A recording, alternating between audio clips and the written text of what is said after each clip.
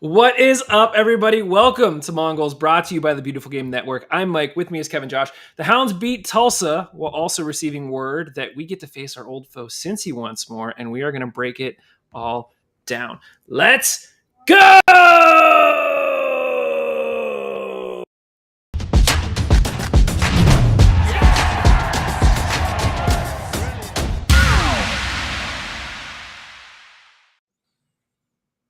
We were saying off air how I feel weird doing that on camera. For years I've done that and it's just been you guys and I don't really care. But to now do it and know there's other people watching me sitting there making a weird face yelling go, it's bizarre. So just go off camera, slowly go to the side so people can't see you as you're yelling.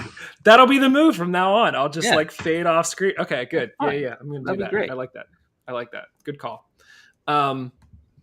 So, Josh, before we do the victory beverage, what's you gotta wait, okay? Listen. Go ahead. I gotta say, that I got a special package. Melody from Victory drove to my house this week. Totally unexpected. Literally, I was doing something and there was a knock at the door, and I opened it, and there was this strange lady holding a paper bag, and she was like, "Are you Mike Sparks?" And I'm like, yeah. And she was like, "Hey, I'm Melody from Victory," and handed me a 12-pack and a t-shirt and stuff. And I was like, no way. So I have my own now. It's very tasty, but I'm still allowing this to be your thing, Josh. So yeah, just go ahead and do it. Okay, fine. There you go. Victory beverage. Yeah, okay. Well, Josh is having his victory beverage. Kev, what was going on? Were you in Atlanta this weekend? I was in Atlanta this weekend, yes. What were you doing in Atlanta? I went to go see my first concert in probably 8 or 9 years. Is it John Mayer? No. No, but there's a Why story did I there. ask that, Kev? Yeah, no, I went to go see Bon Iver, which was really fun, really cool. But no, we were before the show. We went to go get drinks at a fancy bar, and Riley and I sit down at the bar, at one end of the bar, and I'm kind of turned to her, and she's kind of at the end of the bar, so she gets to see the entire bar. And I'm going through the checklist in my mind. It was going to be a cold night in Atlanta. It was going to be mid 40s, and it was an outdoor concert and an amphitheater. I was like, all right. I was going through I was like, I got 2 socks on. I got 2 pairs of pants. I got and she just interrupts me and goes, "John Mayer's in the corner." And I was like, what? And so, you can't, react to that as you want to. So I was like, and I got my gloves and I got my hat. And then, I tried to find an excuse to turn around, and sure enough, John Mayer was in the corner having a drink, and he did 2 shows in Atlanta this weekend. He was talking to someone. He had what we assumed was a security guard kind of just chilling nearby and making sure no one was going to do anything. But it was pretty wild. I was picturing you doing there was an episode of Parks and Rec where Aziz Ansari was at a fancy dinner or a fancy lunch, and there was somebody behind him. They were like, "Don't look," and he just turned and just gawked. And I was just waiting for you to say you did that. Just, huh? Riley made that reference. She's like, "Don't do the Parks and Rec. Don't do the Tom Haverford." Yeah. Okay. That's great. Yeah. But so I usually don't have anything to say or what I did over the weekend, but when I do, how was the concert? Was it good? Oh, it was a lot of fun. Were you warm enough at the concert now that we know everything you were wearing? It was still cold. I mean, I was definitely better than the people we saw walking in with a t-shirt and a crop top sweatshirt. Mid 40s at night for 3 hours. Yeah, you're gonna be cold. We were cold, but no, it was great. Like I said, I haven't been to a concert in a long time, and I really liked the band, and it was a really cool concert. I missed it. What was the band again? Bon Iver. Oh yeah, I know who they are. Okay, yeah, cool. Yeah. So they haven't put out a new album in a while, but they're touring now, and it's a good show. Mike, I just realized you could have had a victory beverage. This is why I know I totally forgot. Pittsburgh sports all the time. Just pointed out in the stream, have 2 of those this week, so I totally could have had a victory beverage with you. I was too busy thinking that it's like your thing. I still enjoy them. It's still fine, and Just saying. know, It's not too Melody, late. We can vamp or banth, whatever it's called. yeah. While I run over and get one, it's okay. Because then the kids would think that I was done recording, and they'd flood in, and then you'd hear all the nonsense. But Josh, how was your weekend? Good. I just blinked out what I did. Oh yeah, I went to Steel City Con. Basically, nice. nerd convention. Way too busy there. Like it was claustrophobic and like not good. We did not last very long there. So it was fun though. Like it was. I like essentially it's like a giant garage sale. Usually you just like go to booth and be like, oh cool, old toys, stuff like that, comics and art. Got some local artists' comic book. So talked to him for a little bit. It's kind of weird. Like you forget how like excited they are just to like see someone buy their stuff because it was like, can I get a picture of you holding the comic? I'm like, yeah. Am I the only one who bought this today? Like, should I be rethinking this purchase? No, like wait a second. But no, that's cool. Yeah, so that was the big thing. That's awesome. Where was it held out of curiosity? Monroeville Mall. I mean, the convention center at Monroe, not the mall, but Monroeville Convention Center. It's been there forever. Steel City Con. Like they have like 3 times a year. A lot of famous people. Like that's what draws people there. It's like signings with famous people. Chevy Chase was there. John Berthal, really? Christina Ricci. Wow. I'm blanking on everyone else. Oh, Christopher Lloyd was there. What? Yeah. So a lot of cool people. Like, but the thing is, like, you have to like stand in line for hours. You have to like pay like $100 and some for their autograph for a picture with them. It's like, I'm good. Yeah.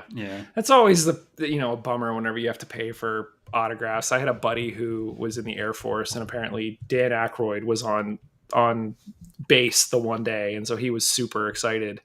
And the only way you could get his autograph was if you bought some of his, Crystal Head vodka or whatever it is that he sells now. Like you had to buy one of those, and then he would sign something for you. And I was like, oh, I get it, but like that's crappy. Robert Englund, the guy who plays Freddy, he walked by me, so that was cool. I'm like, hey, look, that's Freddy Krueger.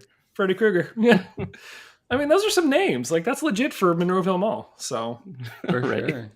Yeah. Guys, just hang out at fancy bars. That's all you need to do. You'll run into. Instead of spending hundreds of dollars on an autograph, spend hundreds of dollars on drinks, and you'll get a But that was we also ran into. I don't know if you guys know who this is. Stephen McKinley Henderson. I can Google it right now and pretend like I do, but no, I don't. Yeah, no idea. He's an actor. He was in Dune. Like the new Dune or the old Dune? The new Dune. Okay. He was in Lady Bird, apparently. I don't know. I've seen him on stuff. You're totally just on IMDb right now. Yeah, you're looking at his IMDb right now. You don't know who he is. I am. Of course I do. I didn't. But like, I wasn't like, oh my gosh, that's Stephen McKinley Henderson. No, we were like, oh, what's his name?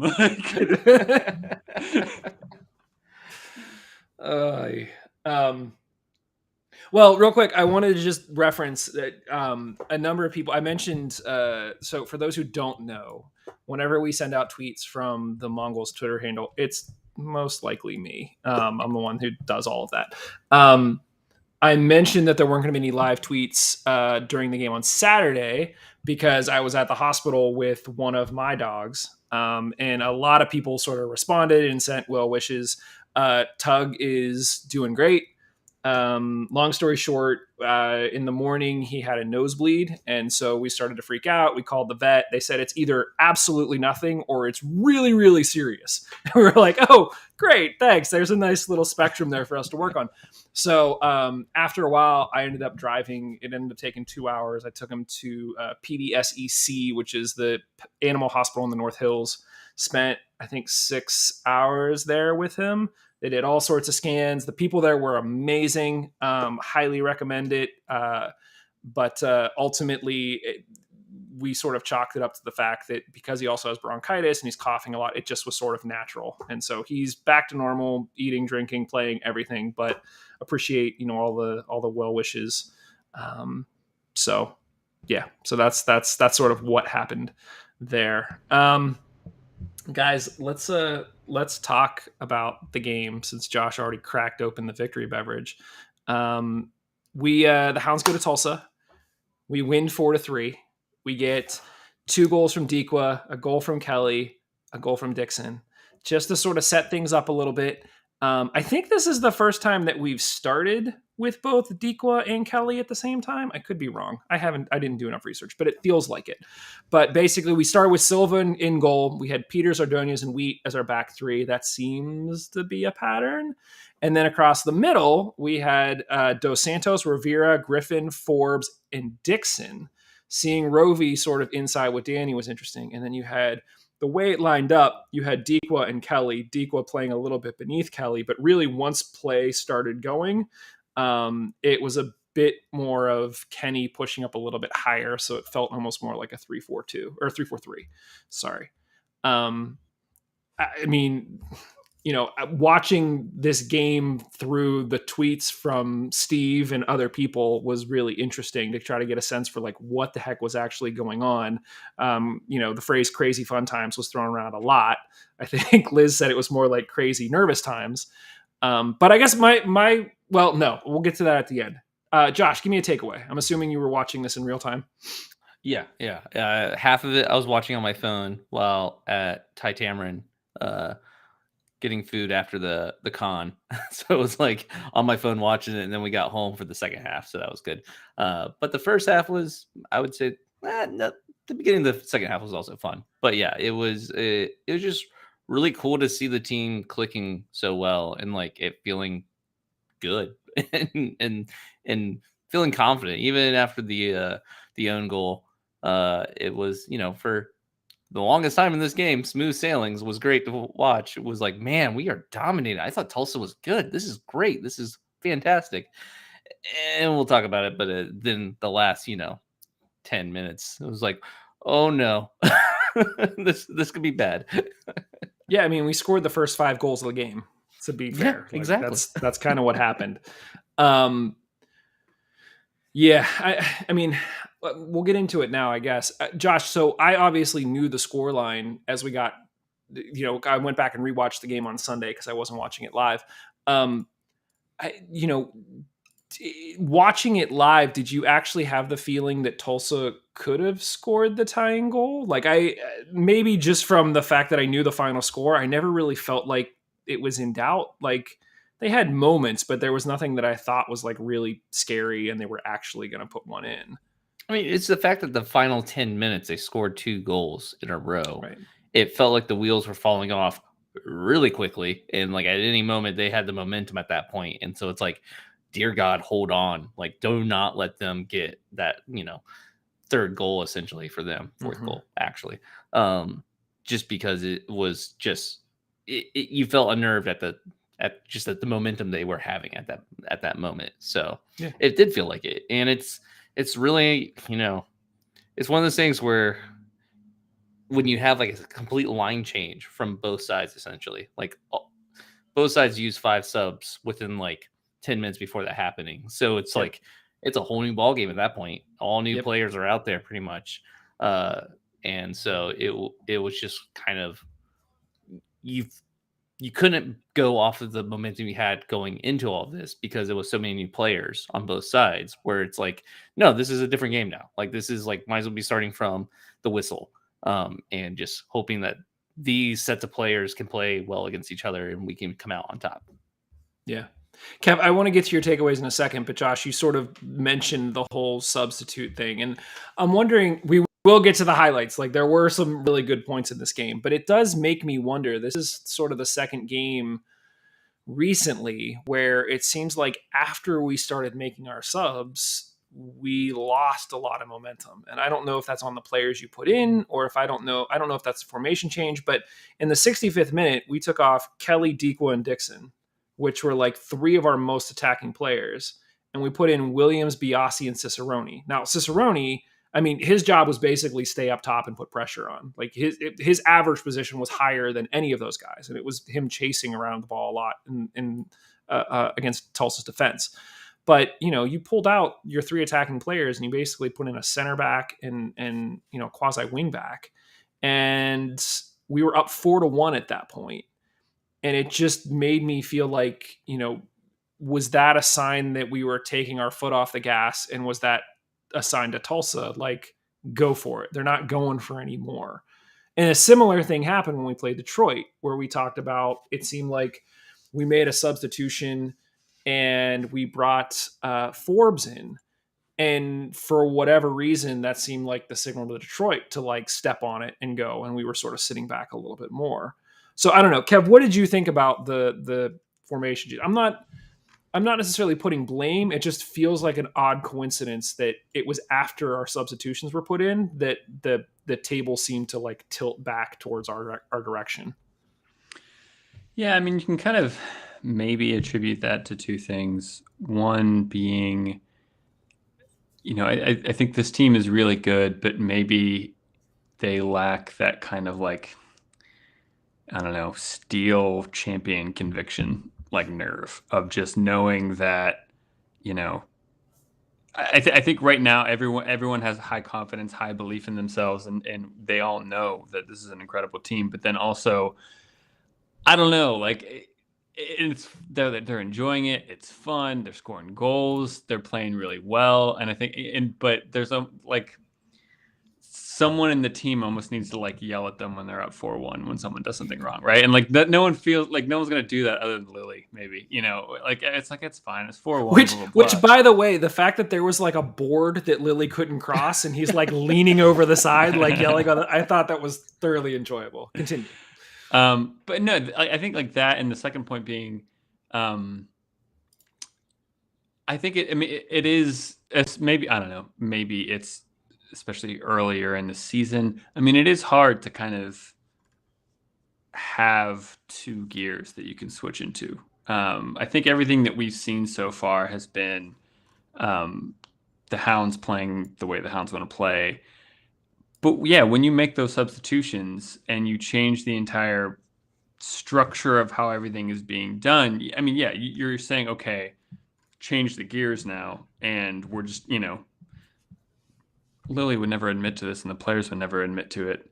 They would say, no, it's just different personnel. We still want to attack. We still want to play the same way, but you're defending more. Like, yeah.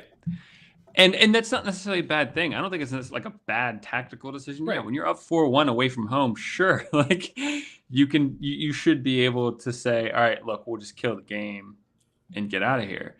It is harder to do, especially when you're kind of in a group, so you can kind of maybe chalk it up to those 2 things. But and maybe it's something that we'll get better at doing as we go on. I do think it's a very hard thing to do. I think it's a sign of like a champions level team when you can do it, but to be able to just completely control the game in different ways over 90 minutes is just really hard. Like I think the Hounds control the game in their way that they did it for the first 70, 80 minutes, but then to change the way they're approaching the game and still try to control the game, I think is really hard. That's kind of proved. Yeah. Burger Brand mentioned in the chat, no one got hurt from the dirt, right? I didn't see any. It did not appear that way. And to be fair, I think the dirt was turf. Like, I know I was worried because baseball fields we played on in the past, like the dirt is dirt and it's bad. And like the turf's like peeling up around it and like it's a hazard, but this is still a baseball field, but it seemed like it was more turf than not. And so the guys didn't necessarily look like they were hesitating as much as they did in the past at, say, Louisville or other fields like that. So that's a positive. It's very brown. Are we sure it's turf? Like, I like, aren't there baseball fields that they'll use turf and just put dirt like right where the bases are? Like they'll go back and like lay dirt down. I don't know. I don't really watch baseball. I'm not a baseball guy, and yeah, I've seen more baseball fields by watching lower league soccer in America than actually by watching baseball in America. So that's totally fair. Guys, one thing that really struck me at the beginning of the game, and like I I tweeted it out and I completely forgot like even what I was saying was we announced our starting lineup and I saw, Dixon and Kelly and Dequa and I just thought, holy crap, like that is a starting 11. And I forget who it was. It might have been Steve who pointed out, he was like, Cicerone's on the bench. And I was like, Right? oh yeah, like how do you get Cicerone? So like the depth of this team still sort of ceases to amaze me because our bench had Cicerone, we had Argudo on the bench, Kelly Rosales, Ibarra, Mikel Williams, and Biasi. We have Dambrot, Sims, Borso, and Iang that didn't even make the bench. Like those four guys alone would be starters on some other teams in the USL, and they didn't even make the bench. And so I think one of the things that I'm curious about, and we'll see if we get a chance to ask Lily or not, is does having first of all it feels a bit like an embarrassment of riches, but does that actually put more pressure on him in terms of trying to determine his starting 11? Because in the past it was like you could pencil in like the starting 10 and maybe there was one that was a wild card, but now you've got so many toys to play with that if you get something wrong it's kind of on you because you have all of these other guys you could have used in different spots or whatever it may be. So I'm sure he'll say it's a good problem to have, but it's still a very different kind of problem than what we've seen of Hounds in the past. It's So definitely a good problem to have, though, because especially for a tactician like Lily, to have the tools that he can just play with and actually like come up with these weird formations and like what was it, USL Tactics had a whole mhm. tweet thread about like watching the Hounds play this game was Yeah, crazy, and seeing like the different formations, the different ways that was just so fluid, and like it was just reading through that and like trying to like analyze the whole thing. I was like, wow, this is like amazing to think that Lily has this at his disposal right now. So yeah, we go up 4-1. It yeah, it wasn't for the own goal.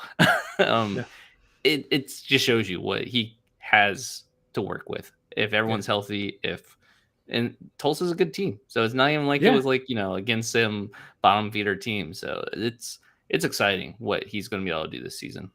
yeah. Got to give a shout out to our I, buddy John at USL Tactics. He cranks out more content in like an hour than I think we do all season. It's really kind of ridiculous. But Kev, go ahead. You were going to say something? no, I was just going to say about the depth. I mean, I think we talked about it before, and I agree. Particularly in the attacking positions and maybe the midfield. Defensively, we have Mikel Williams, and then I don't know who else. If someone get he likes Ordonez, Wheat, and Peters. I don't know how much that would change. I think Williams is a good center back. Mm-hmm. I mean, I don't know how much faith he has outside of, like, I know he has faith in Williams. I don't know how much faith he has in any other options at center back. That, and while I think we're deep at midfield, yeah, Danny Griffin continues to show. I mean, I think it was Griffin, Cicerone, maybe like Ordonez, and maybe Peters were the only ones coming into this week that have like started every game. So Cicerone now drops out of that list. Griffin continue. I mean, I think Griffin got the most minutes last season. Yep. Past two seasons. Yeah. Yeah, he's on track to do that again. So and what but I guess that's an okay thing. I'm hinting that like maybe I don't know, like if Griffin goes down or whatever, but like he hasn't been injury prone, so it's he's been stable over the past few years. So maybe something at defense that we look a little shaky on if some injuries go or people go out on international duty, but yeah, I mean I think everywhere else we do look pretty deep. Yeah. I mean, I not seeing much of Biasi except for the past few games. I think he looks really solid out wide. I thought that Dos Santos stepped in. I don't know how much of this is just Lily making sure that everybody's getting minutes or what, but I mean, Dos Santos got the assist on Dequa's second goal and looked decent. Coming into this game, Sims literally, I mean, we'll talk about the Open Cup game. Sims scored 2 goals in the Open Cup game and didn't even make the bench in this one. And then prior to that, I think everyone was, singing the praises of Dambrot as well. Like, it was like, those are going to be our 2 outside backs, not even considering that Alex Dixon played outside back for, so much time last year. Rovey played outside back for so much of last year. And now we're I really like Rivera in the middle. I think he's good in the middle along with Griffin. Telling you, man. I called that like 2 years ago. I was like, watch this guy. He's going to be fire. Yeah. I'll take credit for that one. So let me ask you this. We'll get to Danny Trejo is the leading goal scorer in the USL with 5 goals. He plays for Vegas, so we're going to see him this weekend. The next 2 guys on that list are Dane Kelly and Albert Dikwa with 4 goals apiece. So what are your guys' thoughts on, I think going into the season, a lot of us were thinking that it would be sort of a lone man up top, and then you would have sort of a Cicerone, and you'd have a Dixon, and you'd have Forbes sort of making runs behind him. But what do you guys think? Kev, what do you think about playing with sort of 2 number 9s? And do you think that, like, which one of them do you think will have more goals at the end of the season? I mean, they obviously proved it in this game, right? If I was like, no, I don't think it can work, you can be like Tulsa. So yeah, fair. I mean, like, I think it worked. I mean, I'm really impressed with Dikwa. That's what I was gonna say. Yeah. I mean, yeah, I obviously am impressed with Kelly, but on some level, I had high expectations for Kelly coming into the season. Dikwa has just surprised me. I mean, he's been clinical. He's missed chances too. It's not like he's just like batting 1,000 right now and hitting every one of the shots in. I can remember a few other games where he's gotten close. So no, I think. I mean, what do you do? Once again, it gives Lily options, which he'll like. And I mean, I think Kelly will probably finish. I don't know. Kelly's so freaking polished and just, yeah, I mean, like, he's like, the way he slotted away his goal today against Tulsa was, just super experienced, super, just guy on his shoulder, whatever, comes in one-on-one, slots it, and he makes it look easy. And I think that's the best thing you can say about him. So I think Kelly still probably finishes the year, but I mean, they both look really good. Josh, what do you think? Yeah, I mean, it's probably gonna be Kelly, but I'm rooting for Dikwa. I think that'd be cool. Speaking of that, it's I think I made a tweet about it, but it's 3 games now, three braces, all 3 games, the last 3 games. So we had like, what is it? Dane Kelly, Toby Sims, and then Dikwa. Oh yeah. Now Dikwa. Yeah. So 3 games in a row, 3 braces in a row. So who's next? Who gets the brace against who gets the brace against Vegas? Call your shot. Yep. Dixon. I'm gonna say Cicerone. Cicerone has been playing the same type of game as he used to. So I don't know. Like, yeah.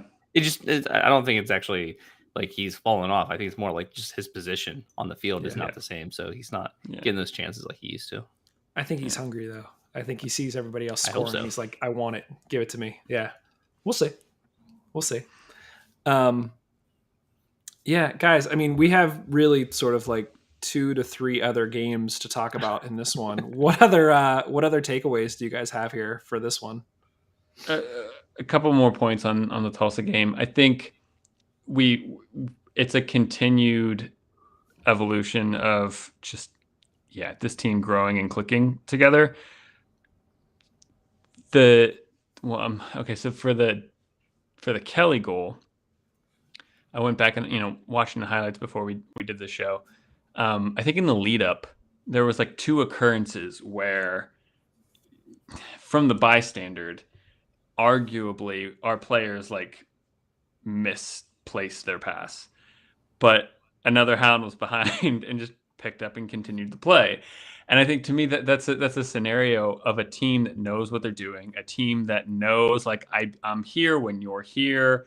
I make these runs when you're in these positions, and I cover here and I pick up here. So, I mean, it was like, it looked like they misplaced a pass, but another Hound was right there to pick it up and continue to play. And it eventually falls to Kelly, and Kelly slots it. I thought that was really impressive. And I thought once again, I mean, there are so many occasions on the goals that we scored as well as the opportunities we created. We're getting 4 or 5 guys in the box when we're creating chances. I think when you go back and look over the past 4 or 5 years that we've been doing this, and the times that we've been really struggling, it's been a lone striker just trying to create a chance in the box by himself.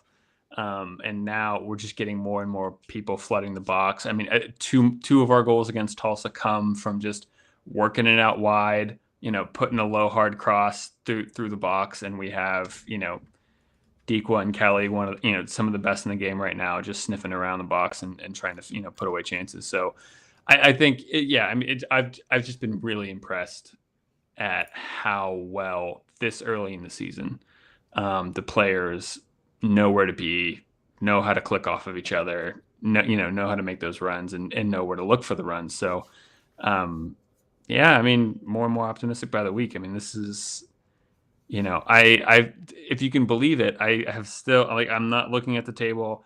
I don't really I could do the math probably in my head, but I don't know how many points we have off the top of my head. I know we're undefeated, but it's incredible. I mean, it's incredible what they're doing so far this season, and long may it continue.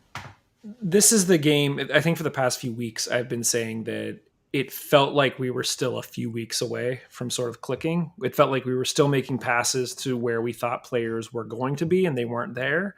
And this feels like that first game that didn't happen. That feels like we were gelling more, and hopefully this is just sort of that first step as we continue to progress forward. So would be neat to tighten up that defense at the end, but yes.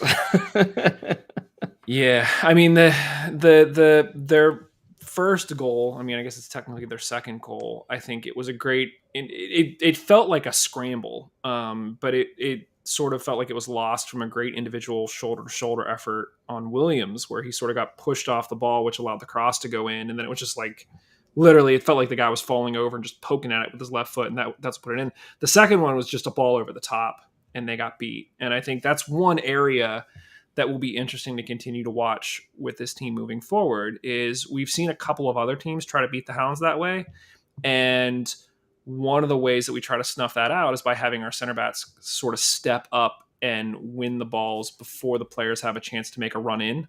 So you have guys trying to play the ball long from the defense, but that's typically a little too long for guys to be making runs. And that was not the case here. It was the guys further upfield and could actually drop it over their shoulder into the 18. And when they're running backwards, that's where we run into problems. So it'll be interesting to sort of see how Lily tightens that up as we head into next week and the following week. But I agree. I think our center backs are best when the game's in front of them and they can be aggressive. They can step forward and make a challenge. When you ask them to run back and be one-on-one in scenarios, I mean, I don't know how many center backs at this level in the USL are great at one-on-one situations. It's a hard thing to do, but two goals in the last 10 minutes isn't great. But still, I mean, the number of times that great it was great. I was going to say great for me. This is what I wanted at the beginning of the season. Yeah, I think 4-3 was my ideal. So this is great. But it's still sort of amazing to me the number of times that you see Peters and Ordonez and Wheat that are halfway into the opposing team's half playing balls. We totally shorten the field in a way that I've just not seen us done or do in the past 4 years since Lily got here. So that's crazy. The number of times we drop balls back and it's to those guys, and they're almost within striking distance, and it's just wow. So sorry, Lily just comes up at the press conference afterwards, grabs the mic, Lily ball, drops the mic, right. Walks away.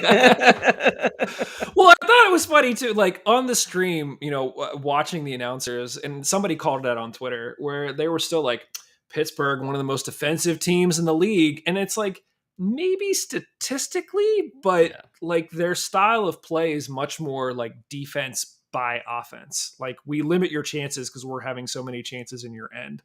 So yeah, we'll see. Hopefully some of these announcers will start doing some real homework and know what Lily's actually about. So one other thing, I thought it was really weird, and this is not to throw dirt at Rovi, and I will say that we were talking about braces. we'll have to hear him out at some point. But Steve is predicting that Rovi will be the one to get the brace this weekend in Vegas. So we'll have to sort of see whether or not that plays out. But the own goal was accredited to Silva, not Rovi. And I'm like, Rovi clearly shot it at him. Like, this wasn't like he passed it back and he like fumbled the ball. Like, he was trying to make a save and it went in. If it was the opposing team that shot that, they wouldn't have called it an own goal on Silva. They would have been like, the guy scored. So for like the USL stats to be like, that's an own goal on Silva, it's like, I guess, whatever. Call it what you will. Yeah. Anything else on this one, guys, before we talk about the Open Cup match midweek? Let's go to the Open Cup. Let's go to the Open Cup. So on Tuesday, the Maryland Bobcats of NISA came to Highmark Stadium. The Hounds ended up walking away with a 2-0 win to sort of punch their ticket into the next round, thanks to 2 goals from Toby Sims. I think one of the most encouraging things about this game is something that we had talked about, where you have a lot of guys that got minutes. So, our new signee keeper Waite, he got some minutes in the back. You still had Ordonez and Williams playing in the back, but we also gave the other Williams some minutes, which was great. You got to see Kelly Rosales and Ibarra get some time starting. Borso's in there. You got Ayang up top, got some start minutes. So I think that was one of the most encouraging things. And like, nobody got hurt. So that's really sort of the big one. Josh, were you there for the pregame and through it was raining, right? Oh, yeah. It was peak Open Cup. When I say that, I mean crap conditions, middle of the week, hardly attended. It was, it's definitely fun to be at an Open Cup game, because it's just kind of a little bit more fluid and mayhem type game. Mm-hmm. It reminds me of back at like early days of USL, and it's a lot of fun. Yeah. No drums, just flags banging on the stands to keep the beat, and yeah, it was a blast. Talking a lot of crap to the keeper, since there's no one there. He can definitely hear you the whole time. I believe we got cursed out by the keeper after he left at halftime, Nice. which is always a good sign that you've done your job. That's right. Also got the old squirt the water bottle towards the fans because he's angry at you. Wow, you were really in his head. All right. Gave him the old left, right as he's walking away at halftime, and him just kind of like trying to walk differently because he's annoyed. It's a good time. Yeah, there was a little bit of travel support, which was also nice to see. So that was cool. Since it is a midweek game, we decided to go to Home Run Harry's, the bar that's inside Station Square. Never actually been there before, because I walked by it like in 2013, and it was carpeted bar with smoking, and it was like, oh, this is terrible. Let's never go here. But it's been updated and remodeled and looks great in there, and it was actually pretty cool. So yeah, it was a fun time. And getting the win obviously is a great time. It's Open Cup's one of those things where, especially when you're playing the first couple rounds, where if you lose, it's devastating because you lost against a lower side. But if you win, it's expected. So it's like, you can't get too excited about the win, because it's like, well, yeah, you just beat a bunch of amateurs. Good job. But you still don't want to go in and lose. So it was fun. Yeah. And I think this is a case too where, we talked about the depth of the team. I don't think Lilly could have done what he did in this game in previous years. We just didn't have this many players that had this ability. And, Toby Sims, I already put it up on the screen from our buddy Fez overseas, old Toby boy. I mean, yeah, the first goal, like, I don't want to say it came out of nowhere, but that took some skill, like across the body, almost backwards to the back corner, and like keep moving forward on his feet. So kudos to him. And the second goal was just a rip. Like he got it and knew exactly where he wanted it. So I guess I want to know if he is able to watch a replay of this game. Like, is it on YouTube as a replay? I haven't checked, because he wasn't able to watch it live because it's not broadcast in the UK. And I feel like it's a shame that, his boy Toby scores a brace and he can't watch it. So I'm hoping there's some way that he can actually watch the whole game now. Yeah. If not, we should make that happen. Yeah. We should. I was gonna say, if not on the Hounds Twitter account, there's at least some like highlights of the goals, so you can see Toby's goals if you go on the Twitter account. If you go back far enough, but I was gonna say Toby's first goal. I mean, I like short of like Forbes's rocket in the corner earlier this season. I really like that goal. I mean, like I think was it one of the center backs, was it Peters who started off the attack for Toby Sims' first? It was one of our center backs who like made the pass of the season, as far as I'm concerned. It was incredible. It was this like 40-yard arcing ball behind the defense that one of our wingers, I forget who, ran onto and just put a cross into the box, and Toby crashed the back post and got in front of his man and put it away. It was perfect, clean. Everything was systematized. And beautiful pass to kick it off. And it was, yeah, I remember when I saw that, I was like, holy crap, that was incredible. So yeah, like Conardo, Forbes, eat your heart out as far as the pass is concerned. But yeah, no, I loved Toby's first goal and his golfer celebration. That was nice. Yeah. Fez just confirmed that he was able to watch the replay. So all right, I'll sleep good easier news tonight. Yeah, we gotta look, man. I mean, if we've got Hounds fans over in the UK, we at least gotta support them. Like, come on, like make sure they can watch the team, for crying out loud. Yeah, and for those who don't know, make sure you go check it out. Fez has his own show, the UK Riverhound podcast. Like, go listen. It's really good stuff. So yeah, great stuff from Sims, great stuff from the guys. It wasn't always pretty because, again, you had guys that don't get a lot of minutes, but that's part of what this was about, was giving them more minutes to get their feet under them so that when they do step in either later in the Open Cup or later in the season, that, they do have, they got their feet under them, they're ready to go, and there's no rust to be shaken off. So from that standpoint, it feels like mission accomplished. As a result, the Hounds get a matchup with Cincy in the next round. And to be fair, the game will be next Tuesday at 7 p.m. So we have one more show. We'll talk more about Cincy next week. But our options were really either going to be either Columbus or Cincy. Josh, you are a Columbus fan. Are you happy that we got Cincy instead of Columbus? I mean, so as far as ranking best case scenario, worst case scenario, best case scenario was Cincy at home. As far as our chances of winning that game. Next up, I would say, was Columbus at home, and then Cincy away, and then it's Columbus away. I think those are the rankings of like what we wanted. So we got the second the worst option. Just having to travel away against an MLS side sucks. It sucks for us as fans watching the game because, one, Cincy's farther away, so that makes it a harder ask to go in the middle of the week to go to a game. Where you have to travel like 5 hours to drive there.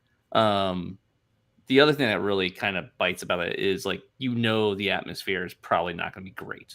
It's going to be a giant MLS stadium, slightly empty because it's a USL side that they're playing against. So that blows. But I think as far as the two opponents we could have faced, since he's the better one for the Hounds to get a victory from.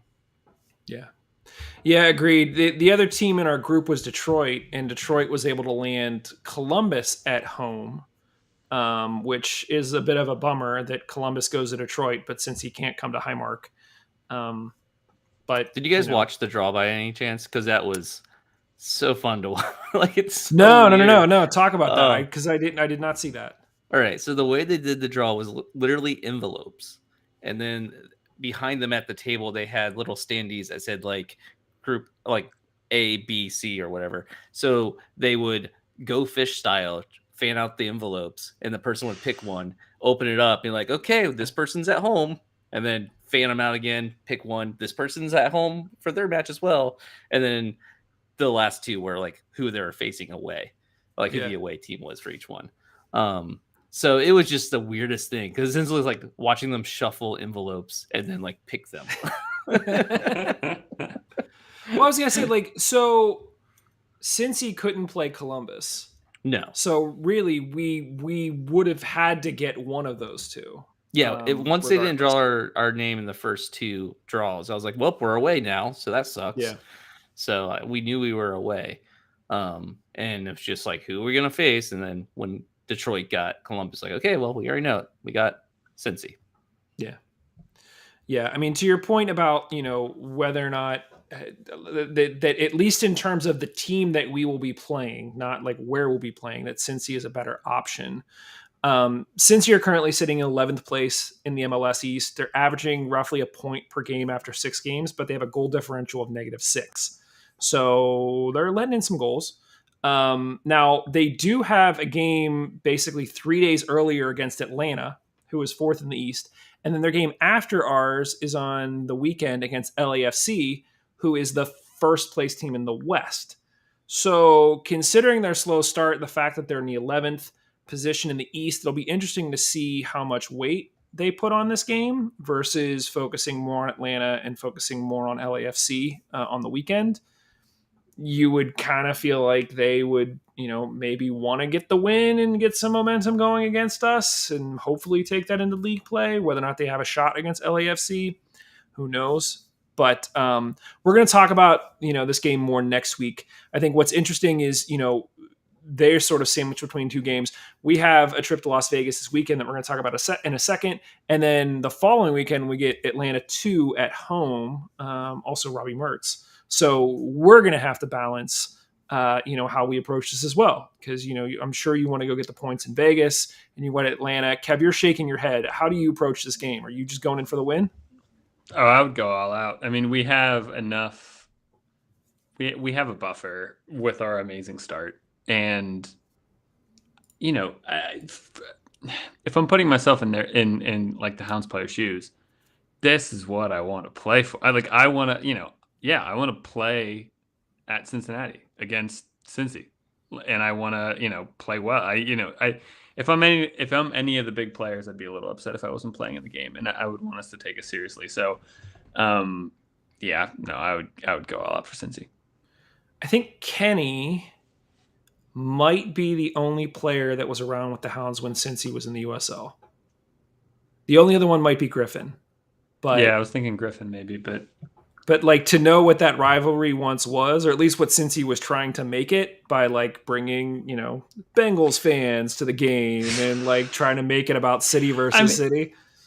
That absolutely contributes to it, but at the same time, I mean, even if it was just a random MLS team, like I want to play in a big stadium, I want to play against a big opponent, like that's what I would care about. Also, quick note too, it was Jesse Williams who played in the past for the Toby Sims goal. I just had to kind of correct that. But anyway, the other Williams, yes. And like there are some cool storylines here because if you think about it, like I don't know, do you want me to get in more about Cincy or we want to wait? Go for it. Okay, let's do it. Let's do it. We've never beat Cincy. We've had 5 losses against them and 4 draws. So there is a chip. And we played them in the Open Cup before and gotten beat. So like there is a chip on our shoulder with Cincy. It would be nice if the first time we beat them was when they were in MLS and we're in championship and be like, yeah, who cares? You still lost. So there is that chip. So it would be really, really cool to beat them while they're an MLS team. And they've been terrible in MLS. I feel like even their fans are like kind of missing USL because that's when they were like top dogs and they've been bottom feeders pretty much since they went to MLS. So like this is a fun matchup in that aspect that there is this history. Like I don't feel like there's a rivalry between us and Columbus.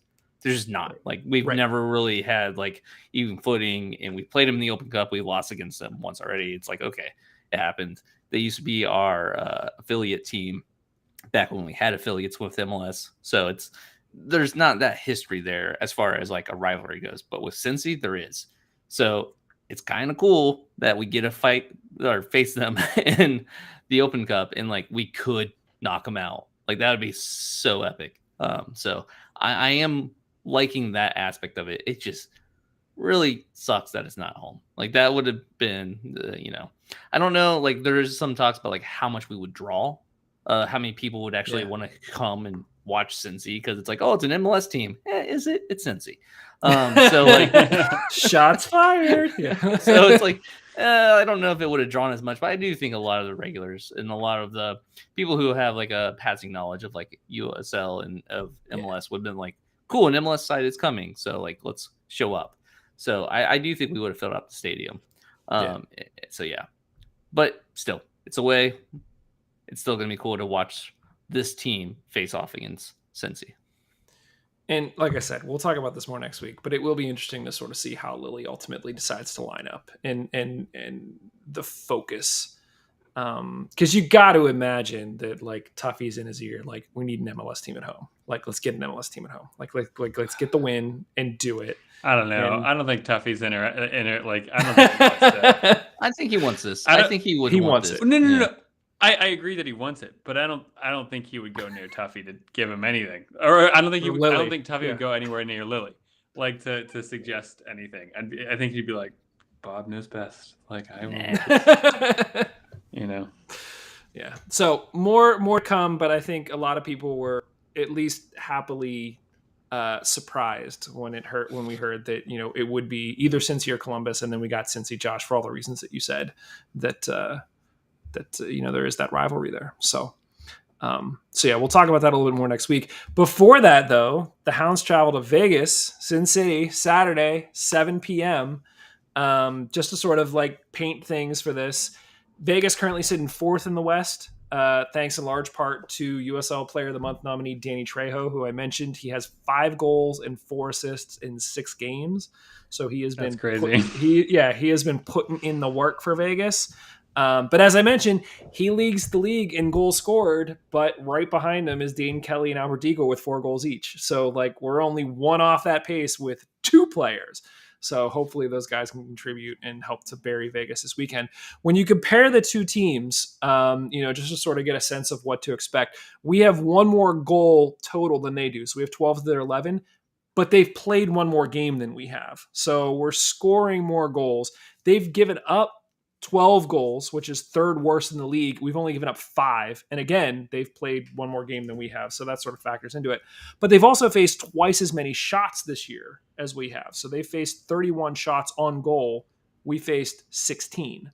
So they're basically averaging 5.2 shots on goal per game. We're only averaging 3.2. So that sort of lends some credence to the fact that their defense might be gotten at. And on the weekend, they lost 3-2 to Colorado Springs, who we mentioned our buddy USL Stats, John. He has Colorado Springs ranked number 1 in the league, Hounds number 2. But that said, they lost 3-2. They were gifted an own goal, sort of the same way that, you know, we gifted Tulsa an own goal. So I don't think there's too much that you can read into that. Watching the highlights, they did not look that great. In my mind, you know, just looking at some of the stats, watching some of the replays, it feels like Lily's goal is really going to have to be to just put some pressure on their D, considering how many goals and chances they've given up per game, and then try to keep Danny Trejo quiet. And like, if you could do those 2 things, like I sort of trust our offense to get the job done. But guys, you know, I know Josh, there's a few people going out to Vegas. You're not going to Vegas, right? No. Yeah. Josh, what do you think about this game? They're not a good team. I mean, it's just flat out. They are not. You were just like coming out swinging in the second half of this show, man. I mean, if you like, they had a clean sheet once this season, and they just give up so many goals. Where it's just like, I don't think we're gonna have an issue with this team. The only thing I'm worried about, of course, is travel and you know, time zones and just fatigue because of that, and just being off because of that, because it is a long trip. But overall, I don't know. Like, I feel like this is the way the Open Cup is sat between this game and Atlanta. It really kind of is the best thing for Lily, because like this should be a pretty gettable game, and then Atlanta is a gettable game. So like, I'm not worried about Vegas.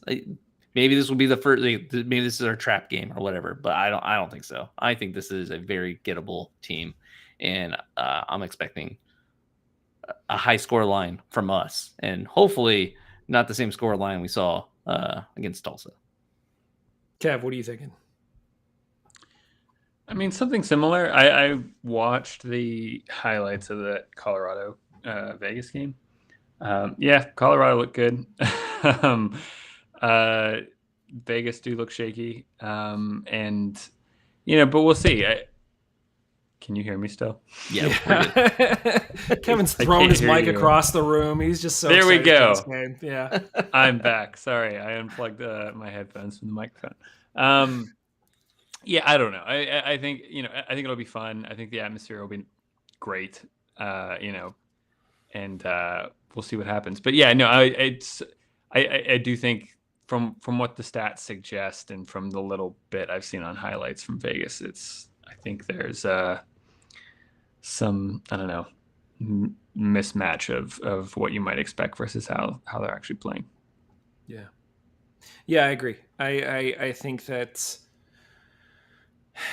once again, I just don't, based on what I see of other teams and I see some deficiencies in areas, I just don't see the Hounds losing, at least not in like the next few games. I could see it. Look, I could legitimately see us go to Vegas and come out with a draw. Like, I think we're a better team than Vegas. I think we I'd be should fine beat with that. them.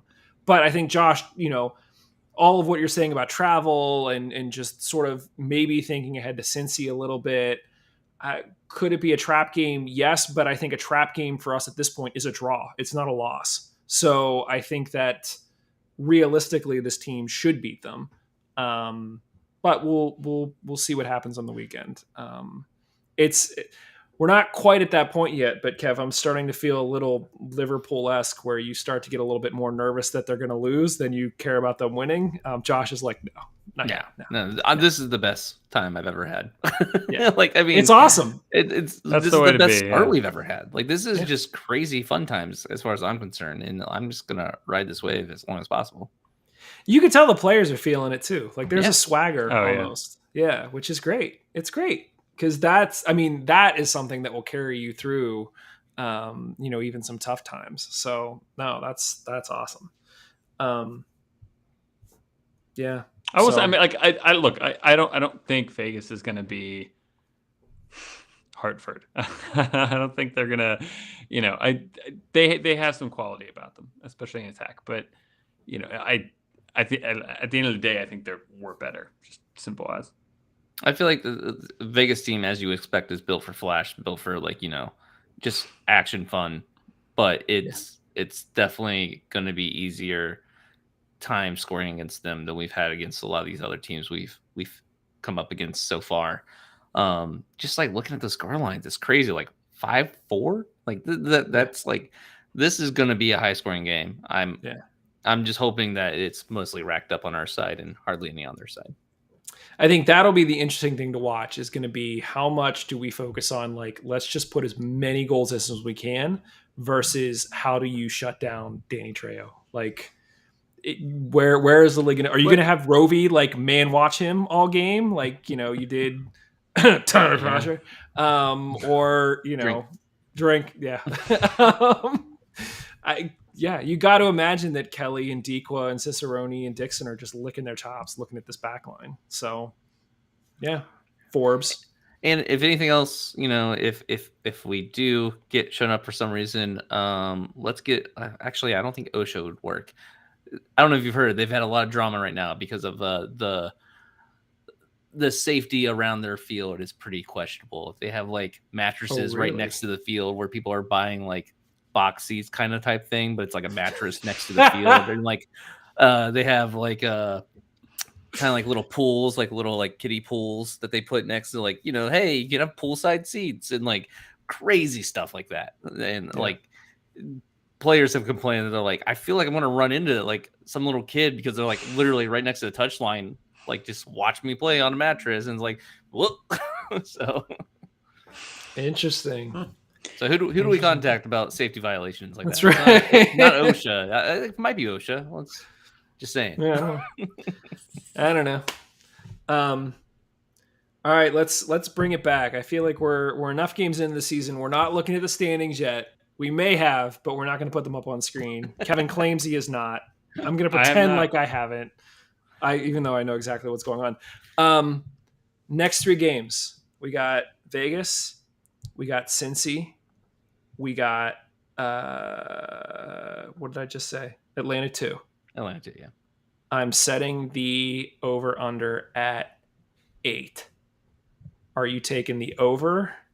Or are you taking the under? What's the difference between 8? Okay, never mind. Go ahead. It's basically 3 wins. 3 wins. 3 wins or not 3 wins. It's basically 3 wins or not 3 wins. Yeah. Kevin, you look like you're having a migraine over there trying to figure this out. We're not going to get 3 wins. We're not. You don't think we're going to get 3 wins? No.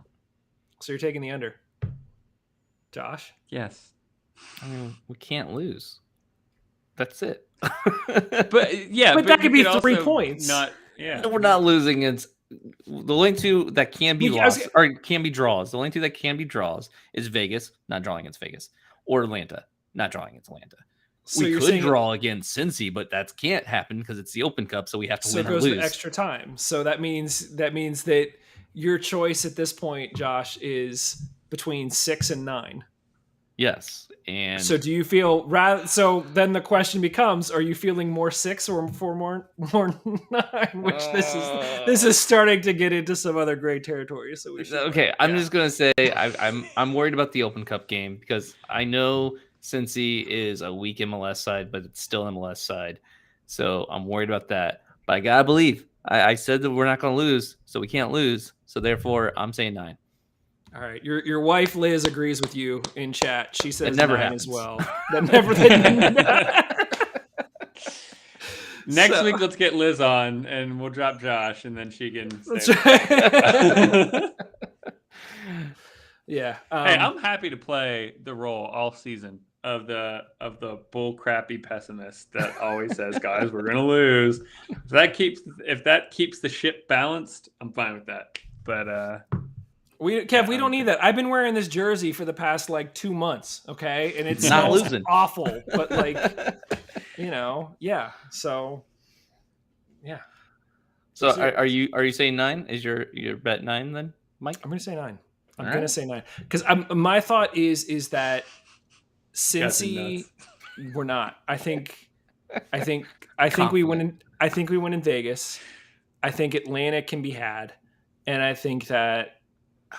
My concern is that Cincy has too many other problems right now, and they got to figure it out in the league play. And so, is a bunch of B MLS players going to perform as well as this offense and this midfield is playing right now? And that's the question. And so, I think we're going to give them a run for it. And like Josh said, there's no draw. So, one correction: you said B MLS players. The B team is their regular team, so they're gonna be playing their subs. So really it's C list MLS players that we're gonna be playing against. Just saying. Josh is just coming out. Is this what happens when you get to the bottom of a can by the end of the episode? You're just one can. Yes, that's how lightweight I am. Very good at it. Another plug for Victory Beverages there. Yeah. Well, that is what we think. Let us know what you think. If we put the over under at 8, are you taking the over or the under? I'm interested in how confident people feel about this team at the moment. Kevin is still shaking his head. Get over yourself. You guys are nuts. You guys are nuts. Pick any sports team in the world and say with confidence that they're going to win the next 3 matches is just it's not probable. But anyway, they're not playing against Cincy. Yeah, exactly. Feel good about this team. Guys, anything else for this one? We good? I got nothing. Still amazed that undefeated and playing really well. So yeah, it's a very, very, very good start to the season. A lot of really good players. We look really, really, really good. Yeah. Happy birthday, Dos Santos. I believe that's today was Dos Santos' birthday. So happy birthday, Nathan. Good on you. Hopefully the guys did something embarrassing for you and making another year. Yeah, exactly. All right, you really are playing into the pessimist. Making another year. Congratulations. I need to go. I'm going to unplug my headphones the grave. Well, thanks everybody. I know my role. Like I said, let us know what you think. This is your weekly reminder that Black Lives Matter. We are proudly part of the Beautiful Game Network, which is home to more than 100 volunteer writers and podcasters covering local soccer. Help us all keep doing what we're doing. Head over to bgn.fm and click the donate button to help us cover our expenses. I keep saying we've got some awesome more Hounds content coming up. I'm not going to say any more than that, but you just have to sort of stay tuned because I'm super excited about it. But thank you as always for your support, and thanks everybody. We will talk to you very, very soon.